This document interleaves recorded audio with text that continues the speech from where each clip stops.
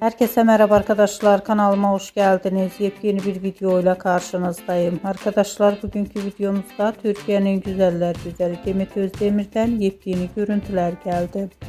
Eşref Rüya dizisinin başrol oyuncusu Demet Özdemir'in tatlı görüntülerini sizler için YouTube kanalımda video halinde sunuyorum. Umarım beğenirsiniz. Arkadaşlar, videomu beğendiyseniz kanalımı izlemeyi ve bildirim butonuna basmayı unutmayın. Şimdilik benden bu kadar olsun. Yeni videomuzda görüşmek üzere. Hoşça kalın.